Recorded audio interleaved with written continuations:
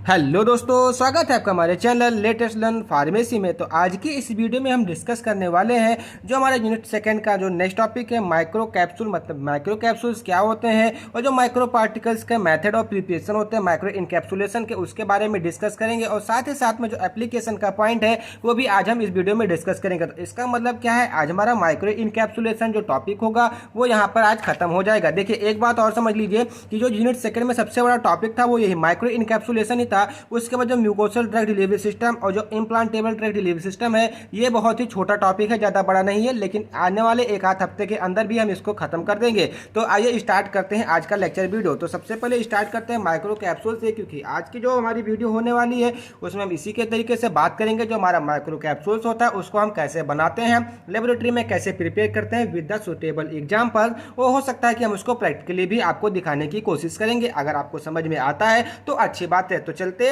बनते हैं अपने वीडियो में और लास्ट तक जरूर देखिएगा जिससे कि आपको पूरा वीडियो अच्छे से समझ में आ जाए। देखिए माइक्रो कैप्सूल्स क्या होते हैं पहले हमको ये समझना चाहिए। देखो अगर हम इसकी वर्डिंग से देखें, माइक्रो का मतलब क्या होता है छोटा, और कैप्सूल का मतलब क्या होता है कि ऊपर से एक परत के अंदर कोई दवा हमारी फिट हो। जैसे कैप्सूल आता है उसमें क्या होता है, एक बाहरी कोट होता है वो जिलेटिन का होता है और अंदर हमारी क्या होते हैं ड्रग मटेरियल होते हैं। तो इसी प्रकार से माइक्रो कैप्सूल्स क्या होते हैं कि जो हमारे इन्वेलप्ड किए हुए, मतलब कहने का क्या है कि जैसे एग्जाम्पल के तौर पर आपकी कोई ड्रग है, ये आपकी ड्रग है, अब इसके ऊपर हमने क्या कहते हैं इसको एक एनवेलप के अंदर मतलब बंद कर दिया। जैसे एक बोल दे कि इसके ऊपर एक परत चढ़ा दिया एनवेलप के अंदर बंद कर दिया, तो हमारा क्या कराया जाता है कैप्सूल कराया जाता है। अगर इसके अंदर के केवल देखेंगे तो ये पिलेट्स होगा या तो टैबलेट होगा, और इसी पिलेट्स और टैबलेट को हम जब क्या करेंगे कैप्सूल मतलब किसी भी जिलेटिन के बाहरी आवरण से इसको घेर लेंगे या इसको कंप्लीटली पैक्ड कर देंगे तो हमारा क्या कहलाएगा, वो कैप्सूल कहलाएगा। तो माइक्रो कैप्सूल्स क्या होते हैं ये आपको समझ में आया। अब यह समझिए कि माइक्रो कैप्सूल्स की जो हमारी प्रोसेसिंग होती है वो कैसी होती है। जो माइक्रो कैप्सूल्स होते हैं वो टिनी होते हैं, कोटेड पार्टिकल्स होते हैं, जहां आपका जो ड्रग होगा मेन ड्रग होगा वो सेंट्रल लोकेटेड होगा, और जो उसके बाहरी तरफ होंगे वो पॉलीमरिक सेल से उनके क्या हो जाएंगे, वो कोटेड रहेंगे या इन्वेलप्ड रहेंगे। तो देखिए इसको समझिए, यहाँ पर आप देख रहे हैं, यह अगर आप सेंटर में देखेंगे तो यहाँ पर आपको देखने को मिलेगा कि ये ड्रग है। तो इस ड्रग को आप क्या बोलेंगे, कोर मटेरियल। ठीक, अब इसी कोर मटेरियल और कोटिंग मटेरियल को आपको अपने दिमाग में रखना है और पूरा का पूरा लेक्चर वीडियो आपको समझ में आ जाएगा। तो यहाँ पर आप देख सकते हैं इसके सेंटर में क्या हमारा प्रेजेंट है, जो मेन ड्रग है, और मेन ड्रग को हम क्या बोलते हैं, कोर मटेरियल बोलते हैं। और इसके बाजू बाजू मतलब इसके हम किनारे किनारे देख रहे हैं हमारा क्या है, एक पॉलीमरिक सेल है। पॉलीमरिक सेल का मतलब क्या है, जो कि उसको कोटेड करता है, मतलब उसको एनवेलप में चढ़ाता है। जैसे मान लीजिए कि जिलेटिन मान लीजिए, पॉलीमर ही मान लीजिए, ठीक है ना। तो हमारे क्या देखिए पॉलीमरिक सेल हो जाएगा, जो क्या करेगा इसको बाहरी आवरण से इसको घेरे रखेगा और इसको प्रोटेक्शन प्रोवाइड करेगा। तो जो हमारा ड्रग को प्रोटेक्शन प्रोवाइड करेगा, इन्वेलप करेगा या कोटेड करेगा, उसको हम क्या बोलेंगे, कोटिंग मटेरियल बोलेंगे। ठीक, तो ये हमारा क्या है, एक माइक्रो कैप्सूल का रिप्रेजेंट व्यू है। ठीक, अब ये जो हमारा कोर मटेरियल है, मतलब जो हमारी ड्रग मटेरियल है, ये आपका कोई भी फॉर्मुलेशन हो सकता है, चाहे वो टैबलेट हो या कैप्सूल हो या इंजेक्टेबल हो या डिस्पर्जन हो या लोशन हो या पाउडर हो, कुछ भी हो सकता है। बस क्या इसको सस्टेन रिलीज बनाना है आपको, तो इसलिए इसको माइक्रो कैप्सूल में आपको चेंज करना होगा। अब इसकी फार्मूलेशन कैसे होती है, इसकी फार्मूलेशन में बेसिकली दो एलिमेंट ऐसे होते हैं जो कि रिक्वायरमेंट होता है, एक होता है कोर मटेरियल, एक होता है कोटिंग मटेरियल। तो ऑलरेडी मैंने आपको इसके बारे में बताया कि कोर मटेरियल क्या होता है। जो कोर मटेरियल होता है वो हमारी मेन ड्रग होती है। अब मेन ड्रग आपकी चाहे वो सॉलिड हो सकती है, लिक्विड भी हो सकती है और गैस भी हो सकती है। अब गैसेस आपके जैसे आपके इनहेलर वगैरह आते हैं तो वहाँ पर हमारे क्या होता है, गैसेस जो गैसेस ही तो होते हैं। लिक्विड में जैसे आपकी एग्जांपल के तौर पे जो पेपरमिंट की एक आती नहीं है, मतलब जिसको खाने के बाद आपके पेट में ठंडक हो जाती है, ठीक है ना। कई सारे ऐसे एग्जांपल है, जैसे हमारी जो आंखों में डालने के लिए जैकॉल आती है, ठीक है ना, जिसको आप पिपरासिलिन वगैरह भी आते हैं, ठीक है, पेनिसिलिन वगैरह भी आती है आँख में लगाने के लिए। तो हमारे क्या होता है, लिक्विड या सेमी सॉलिड प्रिपरेशन होते हैं। सॉलिड में तो आप जानते हैं कि बहुत सारे मटेरियल है, जैसे एंटी कैंसर ड्रग वगैरह हो गया, ठीक है ना, इन सबको क्या कहते हैं हम इनकैप्सुलेट कर देते हैं। तो हमारे क्या होता है कोर मटेरियल होता है, और इसको किसके साथ में, जैसे एडिटिव। एडिटिव क्या होता है, जो फार्माकोलॉजिकल इनएक्टिव सब्सटेंस होते हैं जो कि उस ड्रग की प्रॉपर्टी को या तो इनहेंस करते हैं या फिर उसको प्रोटेक्शन प्रोवाइड करवाते हैं from the other environmental condition या उसकी फिजिकल केमिकल कंडीशन से। ठीक, जैसे एग्जांपल के तौर पर लुब्रिकेंट। लुब्रिकेंट का काम क्या होता है कि उसको चिकनापन बनाना, कि वो आपके बॉडी के अंदर जाए, जैसे डिसइंटीग्रेट हो, तो अगर उसके अंदर चिकनापन होगा तो वो टिश्यू में जाकर के कई सारे डिपार्टमेंट में जाकर के वो अपना क्या करेगा, फैलाव करेगा, डिस्ट्रीब्यूट होगा, लेकिन अगर उसके अंदर लुब्रिकेशन नहीं होगा तो मूवमेंट नहीं करेगा। तो मूवमेंट नहीं करने का मतलब क्या है कि वो एक जगह जाकर के स्थिर हो जाएगा, ठीक है ना। स्टेबलाइजर की जो आपके ड्रग को मतलब काफ़ी समय तक स्टेबल रखें और जिसकी वजह से उसकी एक्सपायरी जो लाइफ होती है वो ज़्यादा हो, ठीक है ना। एंड अदर एक्सपीरियंस जैसे कलरेंट हो गया, ठीक है ना, और भी सारे जैसे उसको एग्जाम्पल के तौर पर प्रिजर्वेटिव वगैरह हो गया, तो ये हमारे यहाँ पे कोर मटेरियल के अंतर्गत में आते हैं। एग्जाम्पल के तौर पे अगर हम बात करें कोर मटेरियल के, जैसे एसिटाइल सैलिसिलिक एसिड हो गया जिसमें क्या आता है एस्पिरिन, ठीक है ना। एस्पिरिन भी बोलते हैं, एस्पायरिन भी बोलते हैं इसको, ठीक है ना। ये काम कहाँ पर आते हैं, जो आपके एंजाइना पेक्टोरियस होते हैं, हार्ट से रिलेटेड जितने भी बीमारियां होती हैं, आपके हार्ट पेन को रोकने के लिए एस्पिरिन और आइसोसॉर्बिक एसिड या सॉर्बिटेट का यूज करते हैं, ठीक है ना। अभी हमारी क्या है, अगर हम बात करें तो ये हमारी प्रो ड्रग है, तो इसका जो नेचर होता है वो सॉलिड होता है और प्रॉपर्टी इसकी स्लाइटली वाटर सोल्यूबल होती है। अब इसका पर्पज क्या होता है कि मतलब हम किस पर्पज से इसको हम लेते हैं, इंटेक करते हैं, या हम बात करें माइक्रो एनकैप्सुलेशन में इसका क्या पर्पज है। तो सबसे पहले to control the rate of the release, मतलब कहने क्या है कि अगर एस्पिरिन को हमने प्रो ड्रग के रूप में बनाया, उसको हमने नोवेल ड्रग सिस्टम के हिसाब से बनाया, तो पहला जो उसकी प्रॉपर्टी होने क्या वो क्या होनी चाहिए कि जो उसका रिलीज है वो कंट्रोल हो। कंट्रोल का मतलब क्या है कि वो कंटिन्यूटी हमारे बॉडी के अंदर वो रिलीज आउट होती रहे। ऐसा नहीं है कि आपने एक बार इंटेक कर लिया बस तुरंत रिलीज, काम खत्म। आपने एक बार इंटेक किया, पहला थोड़ा सा रिलीज होगा, प्रो ड्रग का यही मतलब होता है, थोड़ा सा रिलीज होगा, उसके बाद फिर 4 घंटे के बाद फिर रिलीज हो, फिर 4 घंटे के बाद फिर रिलीज हो, जिसको कि आपको लॉन्ग टर्म का एक्शन देखने को मिले।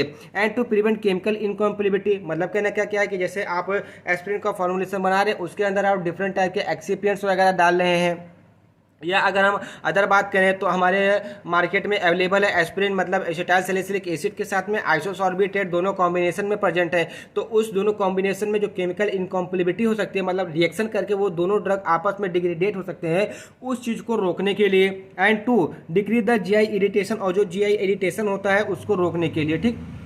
अब इसका यूज क्या है, एनाल्जेसिक एंड एंटीपायरेटिक के तरीके से यूज किया जाता है। और भी एस्पिरिन के बहुत सारा यूज है, जैसे आपका क्लॉटिंग फैक्टर मतलब जो होता है मतलब साइटोथ्रोम मतलब थ्रोम्बोपिनिया में भी इसका यूज किया जाता है। या एग्जांपल के तौर पे अगर हम बात करें तो आपके जो ब्लड कोगुलेशन होता है उसमें भी ये हेल्प करवाता है, ठीक है ना। उसके बाद अगर दूसरा चीज़ हमारा क्या है, कोर मटेरियल, ठीक है। कोर मटेरियल में आपका आ गया ईसलेट ऑफ द लैंगरेंस। अब ईसलेट ऑफ द लैंगरेंस से आपको ये समझ जाना चाहिए कि यहाँ पे बात डायबिटीज की हो रही है, क्योंकि जो हमारी लैंगरेंस की या बोले लैंगर इसकी जो द्वीपकाएं होते हैं हमारे बीटा सेल में पाई जाती है, और जो हमारी बीटा सेल होती है वो इंसुलिन सीक्रेट आउट करती है। तो इस कंडीशन में कहाँ पे इसको यूज करेंगे, डायबिटिक पेशेंट में। तो इसका जो नेचर होता है क्या होता है, वाइबल सेल होता है। इसका जो पर्पज क्या होता है, to normalise the insulin level in the body, और इसका यूज कैसे करते हैं हम, एंटी डायबिटिक के तौर पे। उसके बाद थर्ड एग्जाम्पल के तौर पर आइसोसॉर्बिट्रेट या आइसोसॉर्बिट डाइनाइट्रेट एग्जाम्पल के तौर पर आप इसको ले सकते हैं कि जो कि हार्ट के पेशेंट को दवा दी जाती है, जिससे चेस्ट पेन वगैरह क्या होता है रिलीफ आउट आपको मिलता है। अब इसके नेचर के बारे में बात करें, किस नेचर का होता है, तो ये सॉलिड इन नेचर होता है, प्रॉपर्टी इसकी वाटर इन सोल्यूबल होती है, और पर्पज क्या होता है, इसके रेट ऑफ ड्रग रिलीज को कंट्रोल करना। और यूज क्या है, एंटी हाइपरटेंसिव, मतलब एंटी हाइपरटेंसिव समझ रहे हैं कि मतलब जो आपका ब्लड प्रेशर जो बढ़ जाता है उसको डिक्रीज करने के लिए। वैसे आइसोसॉर्बिटेट डाइनाइट्रेट का बहुत बेसिक सा जो यूज है वो आपका जो चेस्ट पेन वगैरह होता है बहुत ही अच्छे तरीके से ये ड्रग काम करती है। अगर हम एंटी हाइपरटेंसिव में बात करें, जो डॉक्टर आपको प्रिस्क्राइब करेगा वो तो एम्लोडिपिन और साथ में एटेनोलॉल प्रिस्क्राइब करेगा, या वो मेटाप्रोलॉल के साथ में आपको एम्लोडिपिन के साथ में आपको इसको आइसोसॉर्बिटेट डाइनाइट्रेट एस्पिरिन के साथ में आपको वो प्रिस्क्राइब करेगा। जो दूसरा एसेंशियल एलिमेंट वो क्या है, कोटिंग मटेरियल। कोटिंग मटेरियल क्या होते हैं कि जो कि ड्रग के जो कोर मटेरियल होते हैं उसके सराउंड से उसको क्या कहते हैं, इनवेलप किए होते हैं। तो इनकैप्सुलेट दी कोर मटेरियल, मतलब जो आपके कोर मटेरियल होते हैं उनको इनकैप्सुलेट किए हुए होते हैं। तो जो हमारे coating material responsible for the physical and chemical property of the drug, मतलब कहना क्या है कि जो आपकी ड्रग होती है मतलब फॉर्मुलेटेड एंड प्रिपेयर ड्रग जो होती है आपकी, उसकी फिजिकल एंड केमिकल प्रॉपर्टी के लिए रिस्पॉन्सिबल होती है।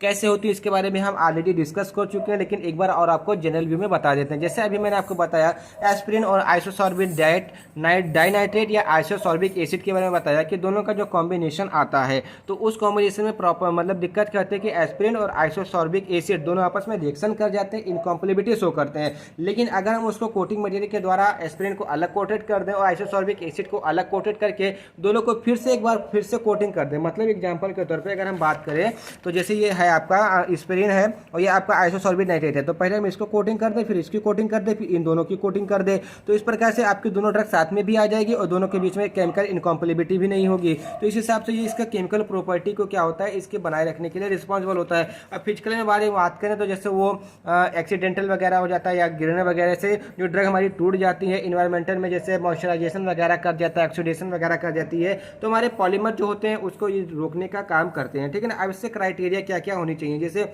इन्वायरमेंटल प्रोटेक्शन, पहली बात कि उसको आपको इन्वायरमेंटल प्रोटेक्शन हो मतलब देगा। अगर आप इन माइक्रो इनकैप्सुलेशन कर रहे हैं तो सबसे पहली चीज़ क्या आपको मिलेगी, आपको इन्वायरमेंटल प्रोटेक्शन मिलेगी। स्टेबलाइज ड्रग आपकी होगी, उसकी वोलाटिलिटी भी क्या हो जाएगी, रिड्यूस हो जाएगी, एंड रिलीज कैरेक्टरिस्टिक भी उसके क्या हो जाएंगे, चेंज हो जाएंगे। चॉइस ऑफ माइक्रो इनकैप्सुलेंट टेक्निक, मतलब कहना क्या है कि माइक्रो इनकैप्सुलेशन की जो टेक्निक होती है वो हमारी फर्स्ट चॉइस होती है किसी भी ड्रग प्रिपरेशन को बनाने के लिए। अब एग्जाम्पल के तौर पर कोटिंग मटेरियल क्या क्या हो सकते हैं, जैसे वाटर सोल्यूबल पॉलीमर में जैसे आपके जिलेटिन हो गए, गम अरेबिक या गम अकेशिया हो गया, पॉलीविनाइल पायरोलिडीन हो गया, मेथाइल सेल्यूलोज हो गया, कार्बोक्सी मेथाइल सेल्यूलोज हो गया, ठीक है ना। वाटर इनसोल्यूबल पॉलीमर में जैसे आपका एथाइल सेल्यूलोज हो गया, पॉलीएमाइड, पॉलीएथाइलिन, पॉलीमेथाइल रिलेट हो गया, ठीक है ना। वैक्सेस एंड लिपिड में जैसे स्टीरियल एल्कोहल, बीज वैक्स, ग्लिसरेल, स्टीरेट, देखिए ये सारी चीज़ें आपने यूज की होगी अपने लेबोरेटरी में, तो इन सब का नाम आई होप आपको भूलना नहीं चाहिए, ठीक। उसके बाद आता है इंटेरिक पॉलीमर। इंटेरिक पॉलीमर क्या होते हैं कि जो कि इंटेरिक का मतलब इनसाइड द सेल, मतलब सेल के अंदर, मतलब जैसे भी आपको एस्पिरिन का बताया मैंने और आइसोसॉर्बिक का बताया, दोनों को कोटिंग करके फिर एक कोटेड में बंद कर दें। तो जो हमने एस्पिरिन और आइसोसॉर्बिक की जो कोटिंग की उसी को क्या बोलेंगे, एंट्रिक पॉलीमर बोलेंगे। जैसे जिंक सिलेक हो गया, सेल्यूलोज एसीटेट पैथलेट हो गया, ठीक है ना। ये सारे हमारे क्या होते हैं, कोटिंग मटेरियल के एग्जाम्पल हो गए। अब इसके कुछ कैरेक्टरिस्टिक होने चाहिए, मतलब कहने का क्या है कि जो हमारा कोटिंग मटेरियल है उसकी क्या क्या कैरेक्टरिस्टिक होना चाहिए। सबसे पहले should form a layer with core, मतलब कहने का जो आपका कोर मटेरियल उससे एक लेयर बनानी चाहिए। अब ऐसा नहीं है कि आपने दोनों को फॉर्मुलेट किया तो जो हमारा पॉलीमर है और जो हमारी ड्रग है दोनों आपस में रिएक्शन कर जाए और दोनों आपस में मिल जाए, ऐसा नहीं होना चाहिए। इसका मतलब क्या है कि जो आपका कोर मटेरियल का नेचर होना चाहिए और जो आपका कोटिंग मटेरियल का नेचर होना चाहिए, दोनों डिफरेंट होना चाहिए। इसका मतलब क्या है कि इन दोनों के बीच में कोहेशन ना हो। कोहेशन ना होने का मतलब क्या है कि दोनों आपस में चिपके ना, एडहेसिव ना हो। इसका मतलब क्या है, उनके बीच में एक लेयर बने जिसकी वजह से वो दोनों आपस में सेपरेट रहें। ये पहली बात हो गई। केमिकली कॉम्पेटिबल होना चाहिए विद द कोर मटेरियल। इसका मतलब क्या है कि जो हमारा कोटिंग मटेरियल है वो हमारे कोर मटेरियल के साथ में रिएक्शन करके उसको किसी भी प्रकार की उसकी प्रॉपर्टीज में, चाहे वो फिजिकल हो या केमिकल हो, किसी भी प्रॉपर्टी को रिड्यूस नहीं करना चाहिए, उसको बढ़ाना ही चाहिए। And should provide typical coating property, जैसे फ्लेक्सिबिलिटी हो गई। फ्लेक्सिबिलिटी मतलब जैसे आपका ब्रश फ्लेक्सिबल होता है, मतलब हल्का सा घुमावदार हो गया। ऑप्टिकल प्रॉपर्टीज हो गई, स्टेबिलिटी हो गई, ठीक है। ऑप्टिकल प्रॉपर्टी जैसे आपका स्टीरियो फॉर्म हो गया, ठीक है ना। ये सारे हमारे ऑप्टिकल प्रॉपर्टीज में आ जाएगी, ठीक है ना। उसके बाद स्टेबिलिटी हो गई, स्ट्रेंथ हो गई, सोलिबिलिटी, ये सब क्या होती है हमारी इसकी आइडियल कैरेक्टरिस्टिक्स कोटिंग मटेरियल की। And should be non reactive with the core material, और जो हमारा कोर मटेरियल उसके साथ में रिएक्शन नहीं करना चाहिए, ठीक। तो ये बात होगी आपकी माइक्रो कैप्सूल्स के बारे में। अब इसका इवोल्यूशन कैसे करते हैं, जैसे साइज के हिसाब से इसका इवोल्यूशन कि उसका साइज किस हिसाब से है। कंटेंट ऑफ द ड्रग, मतलब आपका जो ड्रग कंटेंट है उसका नेचर क्या है। ड्रग रिलीज पैटर्न, मतलब जो हमारी ड्रग है उसका क्या पैटर्न है रिलीज होने का, ठीक है ना। डिजोल्यूशन मीडिया हो गया, सेल्फ लाइफ, etc हम इसके हिसाब से इसका इवोल्यूशन करेंगे, ठीक है। तो ये बात हमारी हो गई माइक्रो कैप्सूल्स की। अब हम बात करेंगे माइक्रो इनकैप्सुलेशन टेक्निक की, जो कि सबसे लंबा टॉपिक है आपका, आई थिंक ये सेकेंड यूनिट का, ठीक। तो हम बात करेंगे टोटल इसमें 7 मेथड है माइक्रो इनकैप्सुलेशन का, और बारी बारी करके हम सबके बारे में यहाँ पे डिस्कस करेंगे। तो सबसे पहले बात करते हैं मेथड ऑफ माइक्रो इनकैप्सुलेशन की। तो जो हमारे माइक्रो इनकैप्सुलेशन होते हैं can be prepare by various method, या कॉम्बिनेशन मेथड से हमारा प्रिपेयर हो सकते हैं। अब इसमें कौन कौन सी टेक्निक होगी, देखिए इस टेक्निक को मैंने 2 पार्ट में आपको डिवाइड कर दिया, एक फिजिकल टेक्निक, एक केमिकल टेक्निक, ठीक है ना। फिजिकल टेक्निक में आपका आएगा पहला क्या, एयर सस्पेंशन मेथड, दूसरा आएगा spray drying and congealing method, pan coating and multi orifice centrifugal process. देखिए ऑरिफिस मीटर आपने ऑलरेडी इंजीनियरिंग में पढ़ा होगा, ठीक है ना, और सेंट्रीफ्यूजेशन भी आपने वहाँ पे पढ़ा होगा, लेकिन हम आगे आएंगे तो इसके बारे में डिटेल में डिस्कस करेंगे। उसके बाद केमिकल टेक्निक में जैसे सॉल्वेंट इवापोरेशन, इसका मतलब क्या है कि जो भी हमारा मटेरियल ड्रग होगा उसको हम पहले बना लेंगे, उसके बाद जो उसमें सॉल्वेंट होगा उसको इवापोरेट कर देंगे। कोजर्वेशन फेज सेपरेशन, अब कोजर्वेशन फेज फेज सेपरेशन क्या होता है। देखिए, आपने कभी तेल पानी का मिक्सचर देखा होगा, तो जब आप तेल और पानी के मिक्सचर को दोनों में आपस में मिलाएंगे और खूब उसको फेंट देंगे तो क्या जाएगा, जब तेल के जो हमारे पदार्थ होंगे वो छोटे छोटे टुकड़े में टूट जाएंगे। लेकिन कुछ समय, आधे घंटे 1 घंटे के बाद आप देखेंगे जितना भी तेल आपका होगा, जो छोटे छोटे टुकड़े होंगे वो आपस में जाकर के मिल जाएंगे। मिलने के बाद क्या हो जाएगा, फेज सेपरेशन हो जाएगा, तेल अलग पानी अलग हो जाएगा, ठीक है ना। इसी को क्या बोलते हैं, कॉन्जर्वेशन बोलते हैं। उसी फेज सेपरेशन का हम इसमें केमिकल टेक्निक में माइक्रो इनकैप्सुलेशन में उसका यूज करेंगे। और पॉलीमराइजेशन मतलब हमारे छोटे छोटे मटेरियल मिलकर एक पॉलीमराइजेशन रिएक्शन देंगे और क्या करेंगे, एक माइक्रो इनकैप्सुलेटेड प्रोडक्ट का आपका फॉर्मेशन करेंगे। तो आइए सबसे पहले बात करते हैं एयर सस्पेंशन टेक्निक की। तो जो ये टेक्निक है इसको किसने मतलब दिया था, डेल ए रस्टर ने दिया था इसको, एयर सस्पेंशन टेक्निक को। अब इसका प्रिंसिपल के बारे में बात करते हैं, तो उसके बाद में हम इसको कुछ प्रैक्टिकली समझने की कोशिश करेंगे, ठीक। तो जो ये हमारी टेक्निक होती है, only on applicable to solid core material. इसका मतलब क्या है कि ये हमारे लिक्विड एंड सेमी सॉलिड या गैस के लिए हमारे रिस्पॉन्सिबल नहीं होती है, एप्लीकेबल नहीं होते हैं। और इसका जो इसके अंदर जो पार्टिकल का साइज होना चाहिए वो 35 से 5000 माइक्रोमीटर इन साइज होना चाहिए, ठीक है ना। और ये जो मेथड होता है वो हाईली एफिशिएंट टेक्निक होता है, जहाँ पर जो हमारी कोटिंग होती है वो carried out by suspending the core material in the stream of the air and spring देंगे। देखिए, अब इसको पहले हम यहाँ पे समझते हैं, उसके बाद एक प्रैक्टिकली समझते हैं। अब देखिए, ये आपका रेगुलेटर हो गया। रेगुलेटर का मतलब समझ रहे हैं ना कि इसको मतलब इसके एयर का जो दबाव है, प्रेशर है, या उसको कंट्रोल करना, इसकी हीट को कंट्रोल करना, ये सारी चीज़ें आप यहाँ से करेंगे। तो इससे भी हमारा कोई मतलब नहीं। मेन मोटिव हमारा क्या है, ये है। देखिए, यहाँ पे क्या होगा कि जो हमारा कोटिंग मटेरियल होगा और जो कोर मटेरियल होगा, यहाँ पर उसका मेन काम होगा। क्या काम होगा, देखिए हमने क्या किया, यहाँ पर हमने क्या कर दिया, अपना कोर मटेरियल डाल दिया। कोर मटेरियल आपने डाल दिया और साथ में हमने क्या किया, यहाँ पर हमने थोड़ी थोड़ी कोटिंग मटेरियल भी डाल दी। अब क्या करेंगे, हम यहाँ से एयर पास करेंगे। क्योंकि आप जानते हैं कि जब भी हमारा एयर जाएगा किसी भी बंद डब्बे में, तो वहाँ पर प्रेशर की वजह से वहाँ के जो मटेरियल होंगे आपस में लड़ना भिड़ना स्टार्ट कर देंगे। अब जैसे यहाँ पे एयर जाएगा, यहाँ पे मतलब क्या जाएगा, ये भागने लगेंगे क्योंकि एयर होगा, इसको उड़ाने लगेगा। तो जब ऐसे उड़ाते उड़ाते क्या हो जाएगा, जो सॉलिड पार्टिकल्स होंगे और जो हमारे कोटिंग मटेरियल होंगे वो दोनों आपस में कांटेक्ट करेंगे, जिसकी वजह से जो आपका जो मटेरियल होगा उसके ऊपर मतलब पॉलीमर की परत या जो भी आप वैक्स लिपिड कुछ भी लगाए होंगे उसकी परत चढ़ जाएगी, ठीक है। अब आइए इसको प्रैक्टिकल के तरीके से देखते हैं। देखिए, मेरे हाथ में एक गुब्बारा, ठीक है ना। मुझे इसी का एग्जाम्पल अच्छा लगा और समझ में आया, इसलिए मैं आपके लिए लेकर आया हूँ। देखिए, ये मान लीजिए कि आपका क्या है, ये पूरा पैन है, ठीक है ना। अब इसके अंदर आपने क्या किया, कोटिंग मटेरियल डाल दिया और आपका जो कोर मटेरियल है वो डाल दिया। कैसे डाल दिया, देखिए इसके अंदर मैंने ऑलरेडी कोटिंग मटेरियल, आपको कुछ यहाँ पे सफ़ेद सफ़ेद ये देखिए छोटे छोटे दाने के तरीके से दिख रहे होंगे, सफ़ेद सफ़ेद है, ठीक है ना।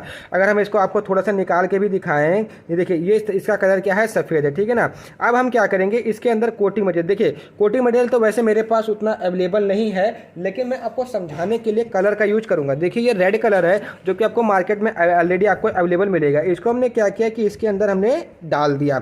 अब जो हमारी सफ़ेद चीज़ थी, ठीक है ना, अब हमने क्या किया, इसके अंदर डाल दिया। अब यहाँ पर आप दो चीज़ समझिए, अगर इसी चीज़ को हम किसी बर्तन में डालते, उसके बाद कलर डालते, उसके बाद आपस में मिक्स करते, तो ये पेन कटिंग हो जाती है। अब चूंकि यहाँ से हम एयर को पास आउट करेंगे और जब एयर पास आउट होगी तो जो अंदर के मटेरियल होंगे वो क्या होंगे, आपस में इधर उधर जाना स्टार्ट कर देंगे, मतलब लड़ना स्टार्ट कर देंगे। उसके बाद क्या होगा, दोनों आपस में रिएक्शन करेंगे। कैसे रिएक्शन करेंगे इसको हम समझते हैं।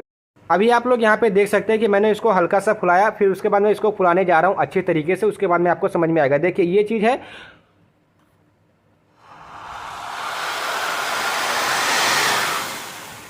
आपको आवाज़ आई, आपको आवाज़ आई कि इसके अंदर जो मटेरियल है वो इसके चारों तरफ कूदे, क्योंकि मैंने आपको दिखाया कि इसके अंदर क्या हुआ, मैंने हवा डाला।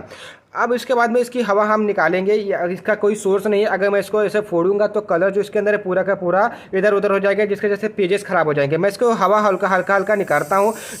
उसके बाद मैं आपको दिखाता हूँ कि इसके अंदर आखिर रिएक्शन चली तो चली कैसे, ठीक है। उसके बाद आपको ये समझ में आ जाएगा कि ये कैसे वर्क किया, ठीक। तो अभी आप यहाँ पे देख सकते हैं कि जो हमने सफ़ेद अंदर चीज़ डाली थी उसका कलर क्या जाएगा, वो लाल हो चुका होगा। ये आप देखें कि लाल कलर हो गया ना। अब इसके ऊपर क्या हो जाएगी, लाल कलर की कोटिंग हो गई। अब इसको अगर हम आपको फाड़ के दिखाएं तो अंदर सफ़ेद है, ऊपर से क्या है, ये हमारा लाल कलर की कोटिंग हो जाएगा। तो अंदर हमारा कोर मटेरियल हो जाएगा और जो बाहर की तरफ लगा हुआ आपका क्या जाएगा, वो कोटिंग मटेरियल हो जाएगा। तो इसी विधि जो हमारी होती है, इसी को क्या बोलते हैं, एयर सस्पेंशन टेक्निक। मतलब हमने एयर इसके अंदर इनलेट की, उसके बाद जो इसका कोर मटेरियल कोटिंग मटेरियल दोनों आपस में रिएक्शन करने के बाद क्या किया, दोनों आपस में मिक्स हो गए अच्छे तरीके से और कोटिंग हो गई। आप देख सकते हैं कि जो सफेद कलर का हमारा टुकड़ा था वो लाल कलर के टुकड़े में चेंज हो गया, क्योंकि इसके ऊपर लाल कलर की हमने कोटिंग कर दी। तो यही होता हमारा क्या, एयर सस्पेंशन टेक्निक मेथड। तो आई होप आपको जो इसका वर्किंग मेथड है कैसे काम करता है। तो जैसे भी मैंने आपको गुब्बारा दिखाया, ठीक है ना, बलून दिखाया, उसी प्रकार से एक चैम्बर होगा। चैम्बर के अंदर हमने कोटिंग मटेरियल और कोर मटेरियल डाल दिया। उसके बाद हम यहाँ से एयर को इनलेट करेंगे, यहाँ से उसका एयर करेंगे कंट्रोल करेंगे, ठीक है ना। तो जब यहाँ से एयर जाएंगे तो जो इसके अंदर कोर मटेरियल कोटिंग मटेरियल दोनों क्या करेंगे, आपस में इधर उधर दीवार से लड़ेंगे, और लड़ने के बाद क्या होगा कि आपका दोनों आपस में रिएक्शन करेंगे और आपका जो पॉलीमर की कोटिंग होगी वो आपको मिल जाएगी। और यहाँ हमारा आउटर जो है, यहाँ से हमारा एयर आउटलेट होता रहेगा, ठीक है ना। मैंने आपको एक सिंपल इजी वे में दिखाया, आप इसको एप्लीकेबल कर सकते हैं आपके लेबोरेटरी में, अगर ये मशीनरी उपलब्ध है तो वहाँ पर भी कर सकते हैं। लेकिन मैंने आपको एग्जांपल के तौर पे बताया कि आखिर एयर सस्पेंशन में एयर के द्वारा कैसे कोटिंग होती है। अब यहाँ पे समझिए, अगर हम यहाँ पे हॉट एयर डालेंगे तो जो हमारा मटेरियल अंदर मॉइस्चराइजेशन होगा वो भी हमारा क्या जाएगा, वो सूख जाएगा, ड्राई हो जाएगा, तो आपको क्या ड्राई प्रोडक्ट मिलेगा, ठीक है ना। तो ये हमारी कहते हैं एयर सस्पेंशन मेथड, मतलब एयर को इसके अंदर सस्पेंड कर दिया जाएगा, तो उसी को क्या बोलेंगे, एयर सस्पेंशन टेक्निक बोलते हैं। अब इसकी वर्किंग क्या होती है, मतलब प्रोसीजर सिंपल से हम बात करें तो जो कोर मटेरियल देखिए, मैंने उसमें सफेद चीज कोर मटेरियल लिया था, और जो लाल चीज थी उसको हमने क्या एज अ कोटिंग मटेरियल के तौर पर यूज किया था। तो core material is added into the मतलब कोटिंग चैम्बर, मतलब कोटिंग चैम्बर है, जैसे मैंने बलून मान लिया कोटिंग चैम्बर, तो बलून के अंदर मैंने क्या कर दिया कि सिंपल सा आपका जो सफ़ेद आपका कोटिंग मटेरियल था या कोर मटेरियल था उसको डाल दिया। उसके बाद हमने क्या किया, upward stream air is pass through the distribution plate, मतलब कहना क्या है, जो डिस्ट्रीब्यूशन प्लेट से हमने क्या किया, स्ट्रीम एयर को इनलेट कराया, जिसकी वजह से हमें फ्लूइडाइजेशन हो गया। क्योंकि अगर आप वहाँ से एयर इनलेट कराएंगे तो वहाँ पे फ्लूइडाइजेशन होना ही होना है, क्योंकि आपका जो एयर होता है उसमें भी कुछ ना कुछ मॉइस्चराइजेशन होता है अगर आपके इन्वायरमेंटल की कंडीशन में हो तो। उसके बाद उसमें क्या करेंगे, हम कोटिंग मटेरियल को इनलेट करेंगे। उसके बाद क्या करेंगे, coating material अधेयर on the core material. उसके बाद आपका जो कोर मटेरियल होगा उसके ऊपर हमारा जो कोटिंग मटेरियल अधेयर हो जाएगा, मतलब चिपक जाएगा। और आपको आल्सो फैसिलिटेट ड्राइंग और इनकैप्सुलेटेड प्रोडक्ट, और आपका जो इनकैप्सुलेटेड प्रोडक्ट है वहां पर हॉट एयर प्रेजेंट होने के कारण वहां पर आपका जो वहां की ड्राइंग प्रोसेस भी होने लगेगी। तो इस प्रकार से जो आपका एयर सस्पेंशन टेक्निक मेथड था वो इस प्रकार से वर्क करता है। अब इसमें कुछ स्पेशल कंसिडरेशन है, क्या क्या है देखिए। पहली चीज़ क्या है, ऑपरेटिंग टेम्परेचर, मतलब कहने का क्या है कि आपको यहाँ पे टेम्परेचर आप अप एंड डाउन कर सकते हैं, अपने हिसाब से कर सकते हैं कि आपको जितना टेम्परेचर चाहिए होगा। Quantity and concentration of the coating material, मतलब जितनी भी क्वांटिटी में आप चाहते हैं उतनी क्वांटिटी में आप इसमें अपना वर्क कर सकते हैं। Rate of application of coating material, इसका मतलब कहने का क्या है कि जो कोटिंग मटेरियल की एबिलिटी है कि कितना वो जाकर के हमारे प्रोडक्ट मतलब कोर मटेरियल पे जाकर के अधेयर होगा, चिपकेगा, वो इससे क्या है काफ़ी अच्छी है, ठीक है ना। And volume and velocity of the air, इसका मतलब क्या है कि जो आप वॉल्यूम और जो एयर की जो वॉल्यूम और वेलोसिटी दोनों को कंट्रोल कर सकते हैं, कितने प्रेशर से अंदर चलना चाहिए और कितने वॉल्यूम है। And physical property of the core material like density हो गया, फ्लेबिलिटी हो गया, मेल्टिंग पॉइंट हो गया, सरफेस एरिया एंड वोटालिटी हो गया, ये सबको क्या करेगा, वो डैमेज नहीं होने देगा। अब इसके कुछ मेरिट्स है, मतलब एयर सस्पेंशन टेक्निक के कुछ मेथड है। कौन कौन से मेथड है, तो coating can be applied in the form of aqua solution, मतलब कहना क्या है कि जो हमारे कोटिंग मटेरियल होगा उसको हम एक्वा सोल्यूशन में भी उसको इंटर सकते हैं, क्योंकि हम वहाँ पे हॉट एयर डालेंगे जिसकी वजह से आपका क्या होगा, वहाँ पे ड्राइंग भी हो जाएगा, ठीक है ना। डिस्पर्जन इमल्सन में भी डाल सकते हैं। हॉट मेल्ट या सॉल्वेंट सॉल्यूशन से भी इसके अंदर हम हम इसको फॉर्मुलेट कर सकते हैं, ठीक है ना। And solid pretreating with liquid sorbent can be use, कहने का मतलब क्या, जो आपका सॉलिड होगा उसको आप पहले से ट्रीट कर सकते हैं। मतलब ट्रीट करने का मतलब क्या है कि जैसे उस पर कोई भी कोटिंग कर सकते हैं, जैसे एस्पिरिन का मैंने अभी आपको बताया था कि कैसे एस्पिरिन और आइसोसॉर्बिक का कैसे आप कॉम्बिनेशन बनाएंगे, तो इस हिसाब से उसको प्री ट्रीटिंग करके भी एयर सस्पेंशन टेक्निक में उसका यूज कर सकते हैं। And micro as well as micro capsules, मतलब कहने क्या कि माइक्रो का मतलब सबसे छोटा, मैक्रो का मतलब बड़ा, तेरह दोनों प्रकार के कैप्सूल्स का इसमें हम क्या कर सकते हैं, यूज कर सकते हैं इस टेक्निक के वजह से। अब इसका क्या क्या डिसएडवांटेजेस है ये भी समझ लीजिए। पहला क्या है, agglomeration of the particle to some larger size in normally achieved, मतलब कहने एग्लोमेरेशन का मतलब समझ रहे हैं आप ना, क्या होता है कि छोटे छोटे जो टुकड़े होते हैं वो आपस में मिलकर के एक बड़ा टुकड़ा बना लेता है, मतलब डिपोजिशन। सिंपल से हम बात समझे तो इसका क्या है एक डिसएडवांटेज, जैसे कि एयर क्या होता है कि सबको एक साथ भेजेगा, तो वहाँ पर जो चिपकने वाले होंगे वो चिपक जाएंगे आपस में, ठीक।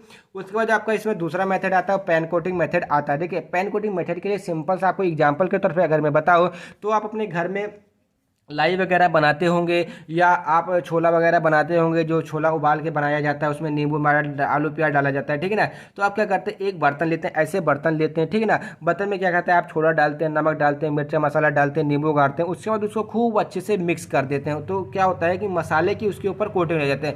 अगर हम पेन कोटिंग के अच्छी सी एग्जाम्पल के बारे में बात करें तो आपने बाजार में अगर ब्रेड पकौड़ा बनते हुए देखा होगा तो बस उसी को पेन कोटिंग ले लीजिए।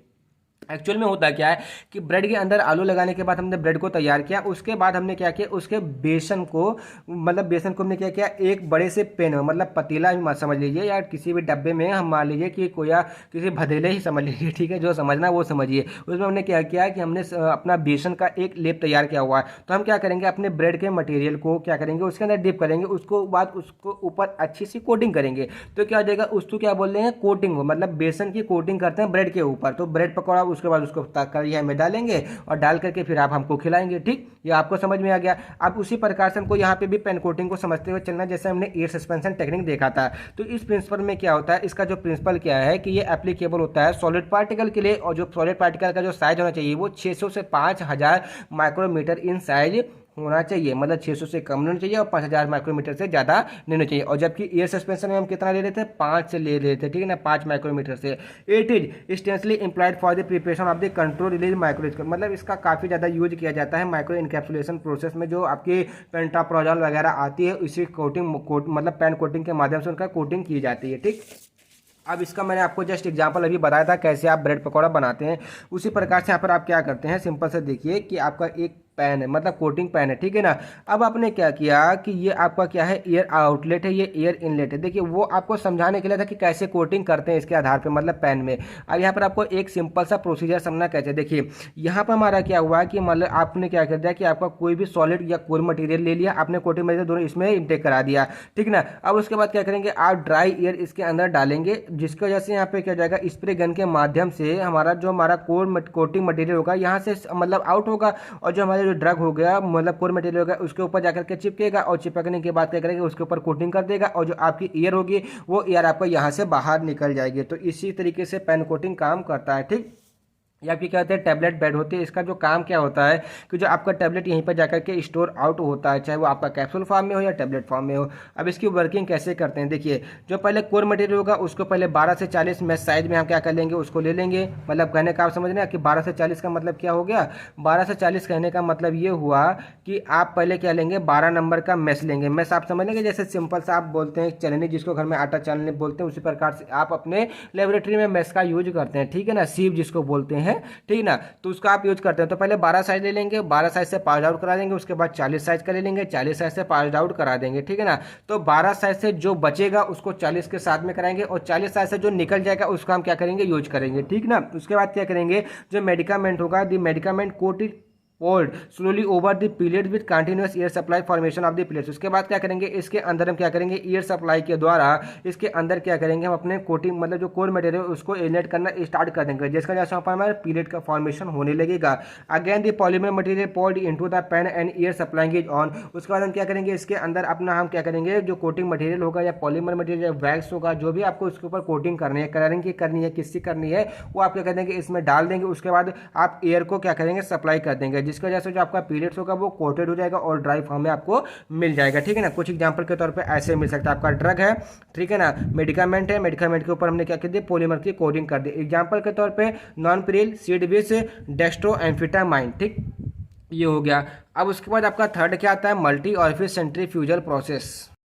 जो आपका ये मेथड है मल्टी ऑरिफिस सेंट्रीफ्यूजल प्रोसेस होता है, ये टेक्निक जो होती है आपके लिए एप्लीकेबल होती है solid and liquid core material दोनों के लिए, जिसका जो रेंज हो सकता है वो 1 से 5000 माइक्रोमीटर हो सकता है। और ये जो टेक्निक होती है किसके प्रिंसिपल पे बेस्ड होती है, सेंट्रीफ्यूजल फोर्स के प्रिंसिपल पे बेस्ड होती है। अब देखिए अगर हम सेंट्रीफ्यूजल फोर्स के बारे में बात करें तो जो आपकी वॉशिंग मशीन आपने देखी होगी, मिक्सर आपने देखा होगा, तो हम मिक्सर का ही एग्जांपल ले लेते हैं क्योंकि मिक्सर आपने ऑलरेडी चलाया होगा, ठीक है ना। मिक्सर में क्या करते हैं कि हम जब दही डालते हैं तो दही डालने के बाद क्या होता है, जो उसका छाछ होता है जिसको आप मस्का बोलते हैं वो बाहर हो जाता है। लेकिन कैसे, उसको कंटिन्यूस रोटेशन करते रहते हैं और बीच में क्या होता है, एक गड्ढा हो जाता है। तो जो हमारे सॉलिड पार्टिकल्स होते हैं वो क्या होते हैं, जो हमारे लिक्विड होते हैं, पहले दही होता है सेमी सॉलिड फॉर्म में होता है, उसको अच्छे से नचाता है पहले, उसके बाद क्या करता है उसको लिक्विड फॉर्म में लाता है। वही लिक्विड फॉर्म क्या होता है कि जो हमारे बर्तन होता है, जो मतलब कहने का मतलब क्या है कि जो मिक्सर होता है, मिक्सर में जो 12 वाल होती है मतलब जो दीवारें होती है,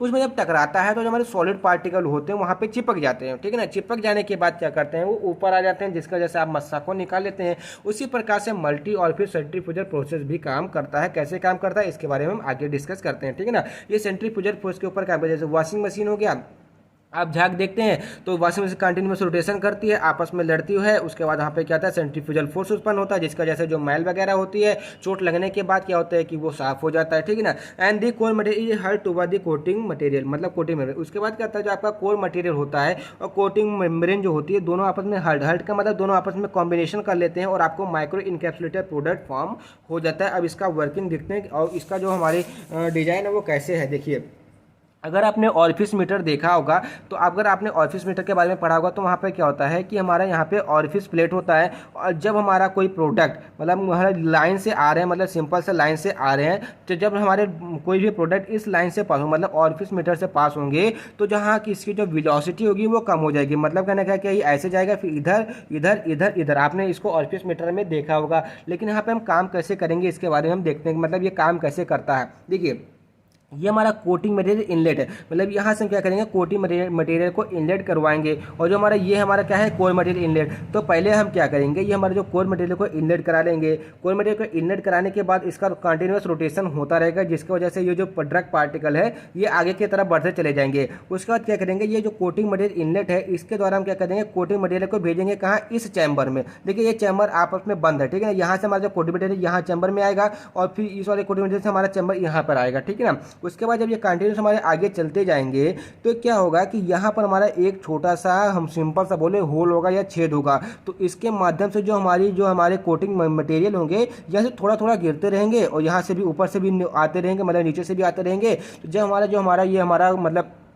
कोर मटेरियल है जब यहाँ पर आएगा, मतलब यहाँ पर मतलब अपने इस ऑरिफिस प्लेट पर आएगा तो क्या करेगा कोटिंग मटेरियल और जो कोर मटेरियल आपस में रिएक्शन करेंगे तो कोर मटेरियल के ऊपर हमारे कोटिंग मटेरियल के एक लेयर बन जाएगी और हमारा क्या जाएगा वो ऑरिफिस प्लेट के बाद हमारा क्या जाएगा माइक्रो कैप्सूल के पर हमको वो मिल जाएगा, ठीक है ना। तो इसी प्रकार से ये काम करता है। साथ में ये हमारे रोटेशन करते रहते हैं जिससे कि जो हमारा मटेरियल है वो आगे की तरफ बढ़ता रहे और हमारा जो मतलब कोटिंग मटेरियल है वो मतलब सफिशिएंट अमाउंट में आपको उसके ऊपर कोटिंग होती जाए, ठीक है ना। तो ये था क्या मल्टी ऑरिफिस सेंट्रीफ्यूगल apparatus।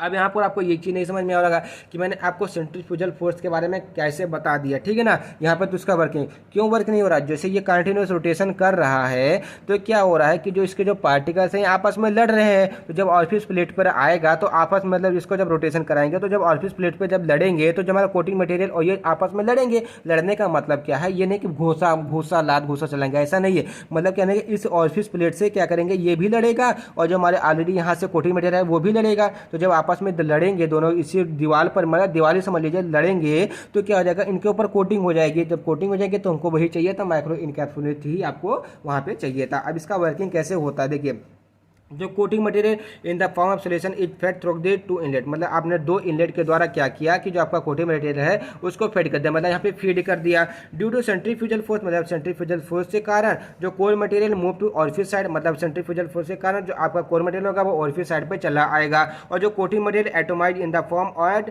हल टुवर्ड द ऑरिफिस। उसके बाद क्या हो जाएगा वहाँ पे उसकी स्प्रिंग होने लगेगी और आपका जो ड्रग होगा वो आपकी कोटिंग वहाँ पे स्टार्ट हो जाएगी और आपको कोटेड प्रोडक्ट आपको मिलता रहेगा, ठीक है ना। इसकी मेरिट क्या क्या है इसके बारे में बात करें तो जो ये टेक्निक होती है applicable for encapsulated liquid and dispersible solid. Dispersible solid क्या होते हैं, जैसे एस्पिरिन वगैरह की या डिस्पिरिन की जो आपकी गोली आती है, आपने जिसको बहुत देखा होगा सर्दी में इसका यूज करते हैं, वो आपका डिस्पर फॉर्म में ही होता है, ठीक है ना। एंड हाईली प्रोडक्शन रेट भी इसका काफी अच्छा होता है। उसके बाद आपका चौथा टेक्निक आता है spray drying and spray congealing method. देखिए दोनों मेथड मतलब spray congealing and spray drying दोनों मेथड अलग अलग है, इसके बारे में आगे चल के डिस्कस करेंगे। तो पहले बात आती है स्प्रे ड्राइंग की। तो स्प्रे ड्राइंग क्या होता है, this solvent form of the coating of the coat material. इसका मतलब समझ रहे हैं कि मतलब जो आपका कोटिंग मटेरियल का जो सॉल्वेंट फॉर्म है वो rapidly evaporate through the hot air exposing in the solidification. इसका मतलब आप समझ रहे हैं कि अगर आपने स्प्रे ड्रायर पढ़ा होगा तो उसमें अगर आपने देखा होगा कि एटोमाइजेशन के द्वारा क्या होता है कि जो हमारा प्रोडक्ट होता है उसमें हम हॉट एयर या तो इनलेट कराएंगे या वहाँ पर हमको टेम्परेचर बढ़ा देंगे, तो जिसकी वजह से होगा क्या आपका कि जो आपका अंदर मटेरियल होगा वो भी लिक्विड मटेरियल होगा वो इवापोरेट हो जाएगा और आपका सॉलिड में चेंज हो जाएगा। लेकिन अगर हम स्प्रे कंजीलिंग में बात करें जो हमारे कोर पार्टिकल्स होते हैं डिस्पर्ड इन अ मोल्टन कोटिंग मटेरियल, जैसे वैक्स हो गया, फैटी एसिड हो गया, ठीक है ना। इसका मतलब क्या है, वहाँ पर हम सॉल्वेंट यूज कर रहे हैं, यहाँ पे हम लिपिड वैक्स यूज कर रहे हैं। Are evaporated with the cold air, मतलब कहने का क्या है उसको हम कोल्ड एयर पर उसको क्या करते हैं इवापोरेट करते हैं। आप कोल्ड एयर पे कैसे इवापोरेट होता है ये समझिए। देखिए आपने अभी इस समय में देखा होगा कि जो नई नई आइसक्रीम बन रही है, तो अपने आप देखा होगा कि बर्फ़ के चादर मतलब जो बर्फ़ के बर्तन के ऊपर क्या करते हैं, दूध डालते हैं, गुलाब जामुन और जिस भी फ्लेवर का आपको चाहिए होगा, उसका नाम मुझे याद नहीं आ रहा है, अगर आपको याद है तो कमेंट सेक्शन में जरूर बताइएगा आपको। दोनों का मिक्स करके क्या करते हैं, उसका जो इवापोरेट कर देते हैं, इवापोरेट करने के बाद वो क्या सॉलिड फॉर्म में चेंज हो जाता है, मिल्क आपका क्या जाता है सॉलिड फॉर्म में चेंज हो पाता है, उसी को क्या बोलते हैं, स्प्रे कंजेलिंग मेथड बोलते हैं। अब इसका प्रिंसिपल क्या होता है, तो this technique is applicable for encapsulation of the both, मतलब सॉलिड एंड लिक्विड दोनों के लिए क्या है, एप्लीकेबल है, ठीक है ना। अब ये काम कैसे करता है और इसका वर्किंग स्टाइल कैसे है, इसके बारे में हम डिस्कस करेंगे, ठीक है ना। तो जो आपका solid particle are coated by suspending them in a solution of the coating material, मतलब कोटिंग मटेरियल के सॉल्यूशन में आपका जो मतलब कोर मटेरियल होगा उसको सस्पेंड कर देंगे, जिसकी वजह से आपका वहाँ पे आपको वो कोटेड मटेरियल मिल जाएगा। अब डिजाइन कैसे होता है, देखिए एक चैम्बर है, ठीक है ना।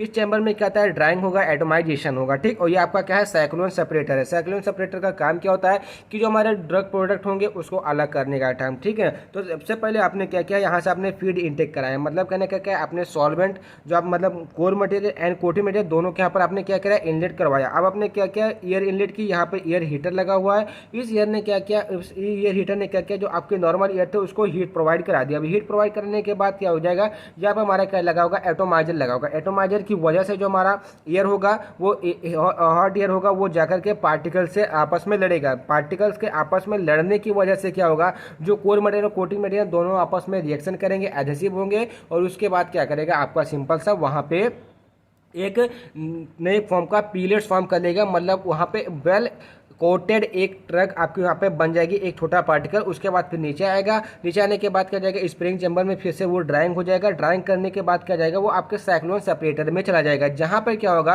कि जो आपकी हॉट एयर होगी वो बाहर जा रही होगी, जिसकी वजह से जो आपके भारी पदार्थ होंगे वो आपके साइक्लोन सेपरेटर, मतलब ऐसे मटेरियल जिनके ऊपर कोटिंग होने के बाद वो उनका वेट थोड़ा सा बढ़ गया होगा, वो आपके साइक्लोन प्रोडक्ट कलेक्शन में निकल आएंगे, और बाकी जो हल्के पदार्थ होंगे जैसे आपका किसी में कोटिंग नहीं हुई तो वो आपका बाहर निकल जाएंगे इसके माध्यम से, एयर आउटलेट के माध्यम से, ठीक है ना। तो इसी प्रकार से काम क्या करता है स्प्रे ड्रायर। अभी इसकी वर्किंग स्टाइल क्या है, तो लिक्विड फीड पहले हम क्या करेंगे, डिलीवर कर देंगे into the atomiser either by gravity और द पंप, मतलब पंप के द्वारा या ग्रेविटी के द्वारा हम इसको क्या देंगे, डिलीवर कर देंगे जो भी आपका लिक्विड फीड मटेरियल होगा। उसके बाद atomiser dispatch the liquid feed, मतलब जो आपका एटोमाइजर होगा, एटोमाइजर मतलब ये वाला है, ये क्या करेगा, लिक्विड फीड को एक ड्रॉपलेट में चेंज कर देगा, मतलब छोटे छोटे ड्रॉपलेट में चेंज कर देगा। मतलब आपने यहाँ पे इनलेट कराया तो यहाँ पे हॉट एयर गई, तो इसने क्या किया कि छोटे छोटे ड्रॉपलेट में, मतलब जो आपका फीडिंग मटेरियल है उसको छोटे छोटे ड्रॉपलेट में क्या किया, चेंज कर दिया। तो जब आपका fine droplet get added to the core material, उसको जब आपको कोर मटेरियल उसके ऊपर जो हमारे फाइन ड्रॉपलेट होंगे वो जाकर के चिपक जाएंगे,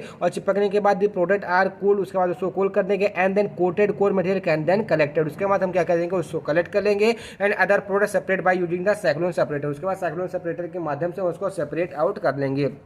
अब इसके मेरिट या एडवांटेजेस क्या है, spherical shaped micro capsules are produce, मतलब सिंपल सा बात है कि यहाँ पर हमारा स्फीयर मतलब गोलेकार के जो हमारे माइक्रो कैप्सूल्स होते हैं उसको हम प्रोड्यूस कर सकते हैं। Drawing can be done in the batches, मतलब बैच में भी कर सकते हैं और हम बिना बैच के भी कर सकते हैं, मतलब कंटिन्यू भी कर सकते हैं। हीट सेंसिटिव प्रोडक्ट में भी प्रोड्यूस, मतलब जो हीट सेंसिटिव प्रोडक्ट होते हैं उसको प्रोड्यूस कर सकते हैं। क्यों, क्योंकि यहाँ पर हमारा एयर हॉट यूज हो रहा है, ना कि ड्राइंग चैम्बर में हमारा डायरेक्ट टेम्परेचर ही डाउन नहीं किया जा रहा है, किसी भी प्रकार का हीटर नहीं यूज हो रहा है, केवल एयर यूज हो रही है, इसलिए यहाँ पर हम जो हीट सेंसिटिव प्रोडक्ट होंगे उसको हम प्रोड्यूस कर सकेंगे, ठीक है ना। डीमेरिट्स क्या क्या है, लुकिंग बल्कि डिजर प्रोडक्ट, मतलब इसमें बल्कि प्रोडक्ट आपको देखने को मिलेगा। Retention of the volatile is difficult to maintain, मतलब जो वोलेटिलिटी होती है वोलेटाइल ऑयल की वो डिफिकल्ट हो जाएगी मेंटेन करने के लिए। इसका एप्लीकेशन क्या है, जो आपका विटामिन ए सी का जो कैप्सूल आता है, जो उसका बीटा टेस्ट होता है उसको मास्क करने के लिए, इंक्रीज इन द स्टेबिलिटी को बढ़ाने के लिए, किसी भी प्रोडक्ट को फ्लेवरिंग एजेंट देने के लिए, या एंट्री कोडेड या सस्टेनेबल डोसेज फॉर्म बनाने के लिए हम इसका यूज करते हैं, किसका,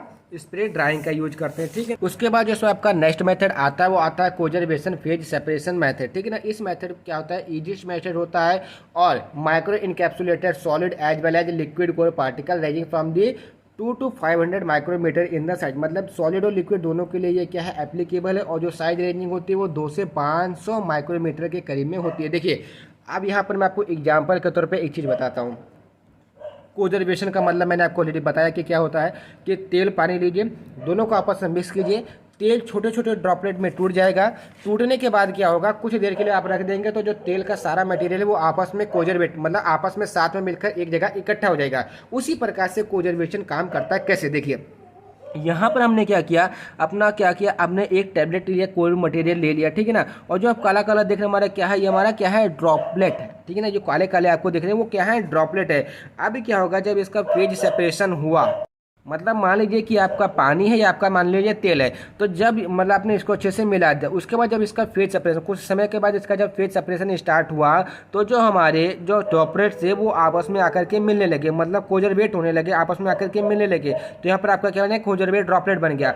अब ये जो कोजरवेट ड्रॉपलेट है, इनकी प्रॉपर्टी ऐसी होनी चाहिए कि जो हमारे कोर मटेरियल है उसके ऊपर जाकर के चिपक जाए। अब जब ये ऊपर जाकर के चिपक जाएंगे तो यहाँ पे एक मेम्ब्रेन का फॉर्मुलेशन हो जाएगा, जिसका जैसे कोर मटेरियल के ऊपर आपका कोटिंग मटेरियल का एक लेयर बन जाएगा, जिसको आप क्या बोलेंगे, पॉलीमेरिक मेम्ब्रेन। देखिए यही प्रोसेस होता है कोजरवेशन फेज सेपरेशन में। तो this process is perform in 3 stage, मतलब ये जो प्रोसेस होती है उसको 3 स्टेज में परफॉर्म की जाती है। पहला क्या है step, formation of immiscible phase. इसका मतलब क्या है, जो आपका इमिसिबल फेज बनाना होता है। इमिसिबल फेज का मतलब क्या हुआ कि जो आपका कोर मटेरियल और कोटिंग मटेरियल है वो दोनों आपस में मिक्स ना हो।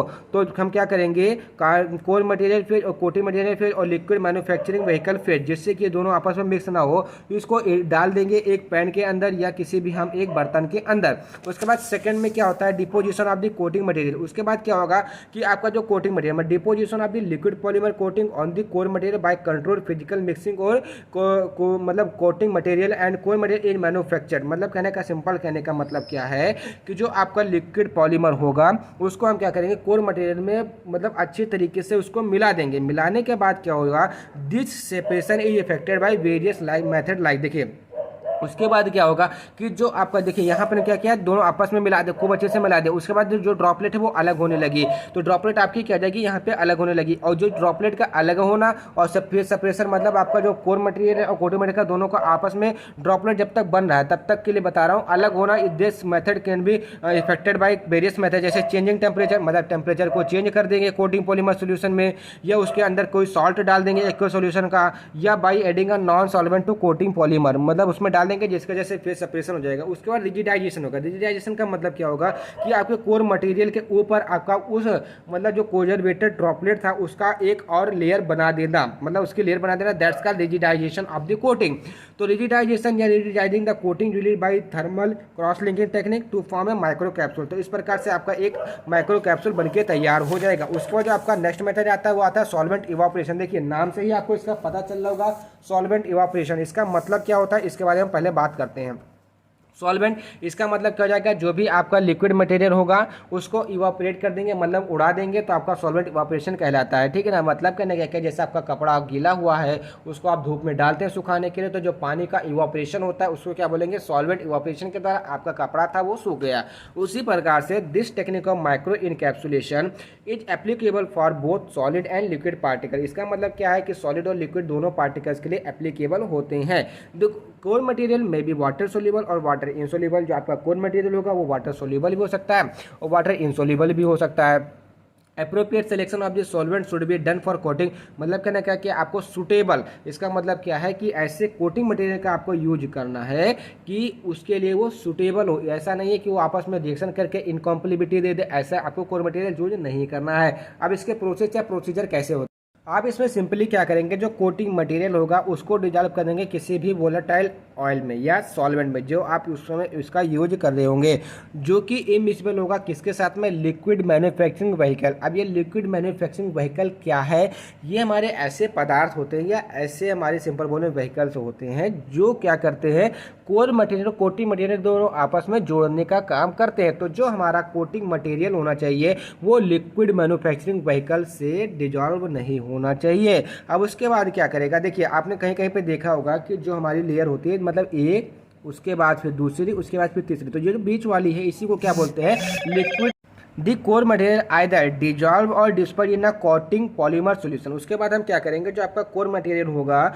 उसको हम कोटिंग पॉलीमर सॉल्यूशन में क्या कर देंगे, डिजॉल्व कर देंगे अच्छी तरीके से। उसके बाद क्या करेंगे, दी कोर कोटिंग मटेरियल, मतलब आपको एक कोर मटेरियल और कोटिंग मटेरियल का क्या मिल जाएगा, एक मिक्सचर मिल जाएगा। उसको लिक्विड मैन्युफैक्चरिंग व्हीकल फेज में क्या करेंगे, डिस्पर्स कर देंगे। और कंटिन्यूअस एजिटेशन, एजिटेशन का सिंपल सा मतलब कोई भी लकड़ी लेकर या कोई भी बर्तन लेकर उसको जैसे आप दाल चलाते हैं उसी प्रकार से उसको कंटिन्यूअस हिलाते रहेंगे, जिससे कि आपका डिजायर साइज का माइक्रो कैप्सूल तैयार हो जाए।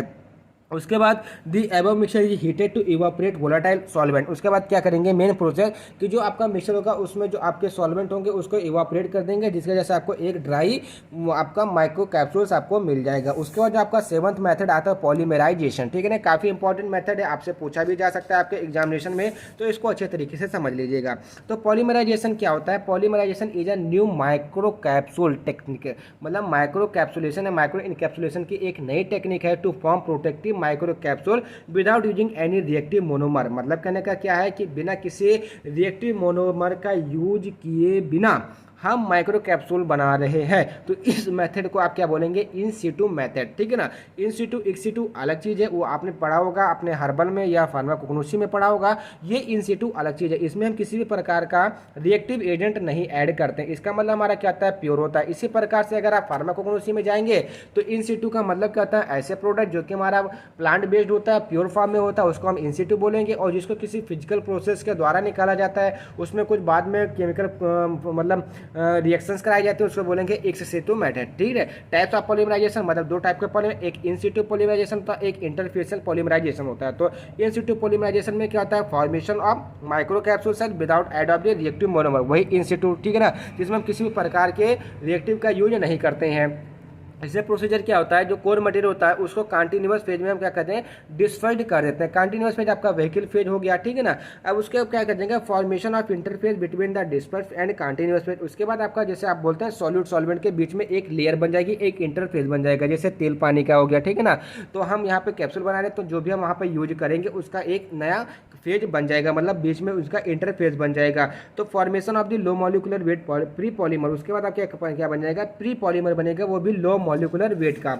उसके बाद जो प्री पॉलीमर होगा get coated on the surface of the dispersed core material. उसके बाद आपका कोर मटेरियल होगा, उसको उस पर क्या कर देंगे, जो हमारा यहाँ पे बना था कंटिन्यूअस और डिस्पर्स फेज का जो कोटिंग मटेरियल बना था, उसको कोर मटेरियल के ऊपर क्या कर देंगे, सिंपल सा कोट कर देंगे। अब यहाँ पे टाइप्स ऑफ द पॉलीमराइजेशन, मतलब जो आपका पॉलीमराइजेशन होते हैं उसके मतलब इन सीटू पॉलीमराइजेशन के कितने टाइप, जैसे बल्क पॉलीमराइजेशन हो गया, इमल्सन पॉलीमराइजेशन हो गया, मिक्सर पॉलीमराइजेशन हो गया, एंड सस्पेंड पॉलीमराइजेशन हो गया। देखिए ये बहुत ही आगे की चीज़ है, ये अगर आप एमफॉर्म वगैरह करते हैं एनडीडीएस से तो वहाँ पर आपको ये देखने को मिलेगी। हालांकि यहाँ पे इसका इतना ही यूज है, तो मैं आपको यहाँ पे इतना ही बताऊंगा, ठीक है ना। मेरिट क्या है इसकी, मतलब एडवांटेजेस क्या है, हाईली फ्लेक्सिबल टेक्निक है, surfactant not requirement for the non composite material, मतलब इसमें सरफेक्टेंट का यूज नहीं किया जाता है। Uniform coating can be achieve, मतलब जो यूनिफॉर्म कोटिंग हो उसको अचीव कर सकते हैं। इसकी डीमेरिट्स क्या क्या है, हाईली कॉस्टली होता है एंड लिमिटेड एप्लीकेशन इसके हैं। उसके बाद इसकी जो डीमेरिट्स क्या है, मतलब highly costly and limited application है। उसके बाद इसका एप्लीकेशन क्या है, use in the plant cell culture, मतलब प्लांट सेल कल्चर में इसका यूज करते हैं, ठीक है, क्योंकि इस इन सीटू आप जानते हैं प्लांट से बेस्ड होता है। Use to formulate herbicide and pesticide in form of micro capsule, मतलब जो हर्बिसाइड एंड पेस्टिसाइड होता है जो कि क्या करते हैं, इंसेक्ट को किल करने का काम करते हैं, उनके माइक्रो कैप्सूल उनको मतलब उस herbicide and pesticide micro capsules को बनाने के लिए भी इसका यूज करते हैं। And use in the designing and optimising drug delivery property, ठीक है ना। तो ये हो गया आपका इसका एप्लीकेशन। उसके बाद जो आपका नेक्स्ट मेथड आता है इंटरफेशियल पॉलीमराइजेशन। इसमें क्या होता है, एक ऑर्गेनिक सॉल्वेंट का मोनोमर जो होता है वो सोल्यूशन प्रिपेयर किया जाता है, ठीक है ना। तो continuous phase and core material get disperse, आपस में डिस्पर्स कर देते हैं। उसके बाद ऑर्गेनिक एंड कंटिन्यूअस फेज दोनों आपस में मिक्स करके पॉलीमराइजेशन रिएक्शन वहाँ पे होने लगती है। अब ये आपके लिए एक जीपेट का सबसे अच्छा क्वेश्चन है, हो सकता है कि आ सकता है कि इंटरफेशियल पॉलीमराइजेशन की जो टेक्निक होती है ये रिएक्शन किसके ऊपर बेस्ड होती है। तो जो ये रिएक्शन होती है वो आपके सोटेन बाउमेन रिएक्शन के ऊपर बेस्ड होती है। अब इसकी मेरिट्स क्या क्या है, utilise simple equipment and minimal reaction condition, मतलब इसका सिंपल इक्विपमेंट में आप इसको इजीली कैरी आउट कर सकते हैं एंड मिनिमल रिएक्शन कंडीशन भी आपके लिए चाहिए होगी। Unstable reactant can be also use, मतलब जो अनस्टेबल रिएक्टेंट होते हैं उनका भी यूज कर सकते हैं। And production of the high molecular weight polymer, और हम क्या करते हैं, हाई मॉलिक्यूलर वेट प्रोडक्शन भी इसमें कर सकते हैं। अब इसकी डीमेरिट्स क्या क्या है, अनरिएक्टेड मोनोमर जैसे टॉक्सिसिटी कॉज कर सकती है। लिमिटेड टू लिक्विड और लिक्विडफाइड मटेरियल, मतलब लिक्विड एंड लिक्विडफाइड मटेरियल के लिए लिमिटेड इसके क्या है यूजेस हैं। एंड लो सिंथेटिक यूज, उसका जो सिंथेटिक यूज होता है वो भी लो है। एप्लीकेशन के बारे में कहते हैं widely use in the reverse osmosis and nano particles के बनाने में इसका यूज किया जाता है, ठीक है ना। उसके बाद आपका आता है application of the micro encapsulation, मतलब आपका माइक्रो इनकैप्सुलेशन के क्या क्या एप्लीकेशन है। देखिए मैं आपको यहाँ पर मेन बता रहा हूँ, उसके बाद मैं आपका जब इसको PDF शेयर करूँगा तो एक अच्छे से एप्लीकेशन की फोटो मैं उसमें लगा दूंगा, जिससे कि आपको ज़्यादा से ज़्यादा एप्लीकेशन वहाँ पे तैयार हो जाए, ठीक है ना। तो पहला क्या है, एग्रीकल्चरल एप्लीकेशन। तो इसमें क्या होता है, अभी हमने बात किया कि इंसेक्टिसाइड और पेस्टिसाइड बनाने का यूज किया जाता है, ठीक है ना, पॉलीमराइजेशन टेक्निक में।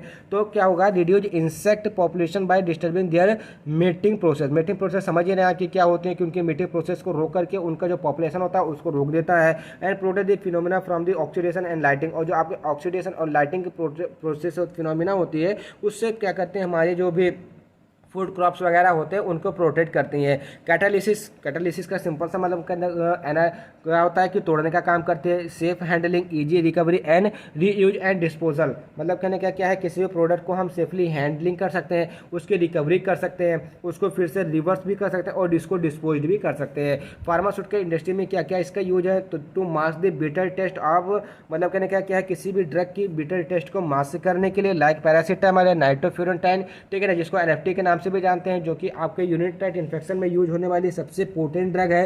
Reduce gastric and other GI tract irritation sustain release, जैसे कि एस्पायरिन हो गया। Hygroscopic particle of the core material may be reduce by micro capsule, जैसे कि सोडियम क्लोराइड हो गया। हाइग्रोस्कोपिक क्या होता है, जो मॉइस्चराइजेशन में जाकर के मॉइस्चराइज कर जाते हैं खून में, ठीक है। And reduce order and volatility of the carbon tetrachloride. देखिए कार्बन टेट्राक्लोराइड इतना ज़्यादा खतरनाक चीज़ है, मैं आपको बता दूँ तो आप यूज मत करना, ठीक है ना, कतई यूज मत करना, क्या बोल रहा हूँ, यूज मत करना, ठीक है। कभी भी अपने मन में ये चीज़ तो लेकर मत आना कि मुझे इस चीज़ की नॉलेज है तो मैं इसका गलत यूज करूँ। देखिए कार्बन टेट्राक्लोराइड के अंदर ऐसे प्रॉपर्टीज पाई जाती है जिसकी वजह से जो आपकी किडनी होती है वो डैमेज हो जाएगी। तो अगर आपको किसी को अगर आप कार्बन टेट्राक्लोराइड का थोड़ा थोड़ा डोज आप किसी को पर डे देते हैं तो विद इन द 15 डेज, मतलब 15 दिन के अंदर उस व्यक्ति की मृत्यु हो जाएगी किडनी फेल होने की वजह से, ठीक। देना मत किसी को, मैं आपको जानकारी के लिए बता रहा हूँ, क्योंकि आपके जीपीटी में पूछा सकता है कि कार्बन टेट्राक्लोराइड वर्क ऑन, मतलब किस पे जाकर के वो एक्ट करता है। सिंपल हमारे किडनी पे बहुत ज़्यादा इफेक्ट करता है। Protection from the atmospheric effect, मतलब जो आपका जैसे विटामिन पाल्मिटेट का जो कैप्सूल वगैरह आते हैं उसको प्रोटेक्शन प्रोवाइड कराता है एटमॉस्फेरिक कंडीशन से। एंड टू प्रिपेयर परम सेलेक्टिव डोसेज फॉर्म, जैसे यूरिएज एंजाइम हो गया, ठीक है ना, जैसे स्ट्रेप्टोकाइनेज वगैरह आता है। To offer environmental protection and solubility of the drug, मतलब कहने का क्या है कि किसी भी हमारी जो ड्रग होती है उसको इन्वायरमेंटल प्रोटेक्शन देता है। And to develop new formulation concept for the cream, lotion, ointment, injectable, ठीक है ना, इन सब के डेवलपमेंट में इसका यूज किया जाता है। तो आई होप आपको ये वीडियो समझ में आया होगा। मिलते हैं नेक्स्ट लेक्चर वीडियो में, उसमें भी हम बात करेंगे बहुत ही अच्छे तरीके से, और अब हम कोशिश करेंगे कि आपको प्रैक्टिकली सब कुछ समझाने की कोशिश करें। तो आई होप आपको ये वीडियो समझ में आया होगा। वीडियो अगर आपको समझ आए तो वीडियो को लाइक करना, चैनल को सब्सक्राइब करना एंड कमेंट करके हमको जरूर बताना कि आपको वीडियो कैसा लगा। Thank you for watching the video from the latest pharmacy.